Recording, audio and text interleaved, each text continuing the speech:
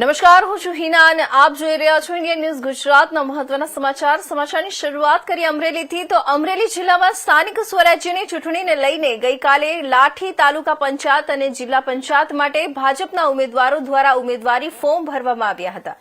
લાઠીની ચાવડ બેઠક પરથી લોક સાહિત્યકાર માયાબાઈ આહિરની દીકરી સોનલ મોનિલભાઈ ડેર ભાજપના ઉમેદવાર તરીકે મેદાનમાં ઉતરી છે। ઉમેદવારી પ્રક્રિયા દરમિયાન અમરેલી સાંસદ ભરત સુતરિયા અને ધારાસભ્ય જનક તળાવિયાની ઉપસ્થિતિમાં ઉમેદવારો દ્વારા ફોર્મ રજૂ કરવામાં આવ્યા હતા। સોનલ ડેરે પાર્ટી દ્વારા ટિકિટ ફાળવવા બદલ શીર્ષ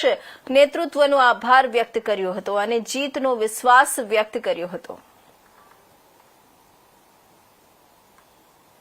ભારતીય જનતા પાર્ટીએ મને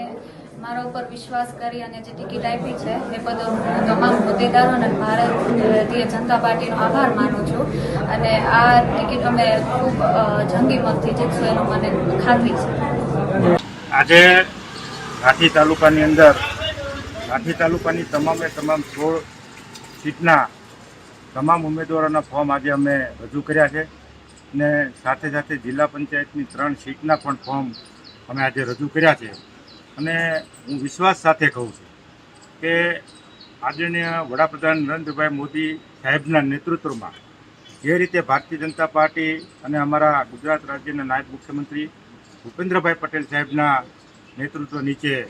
જ્યારે આ ગુજરાતની અંદર અને આ અમરેલી જિલ્લાની અંદર જે રીતે વિકાસના કામો થયા છે એ સાથે હું સંપૂર્ણ વિશ્વાસ સાથે કહું છું કે અમે આ તમામ સીટ બાબરા તાલુકો હોય કે લાઠી તાલુકો હોય તમામ અમારા ઉમેદવારો જંગી બહુમતીથી જીત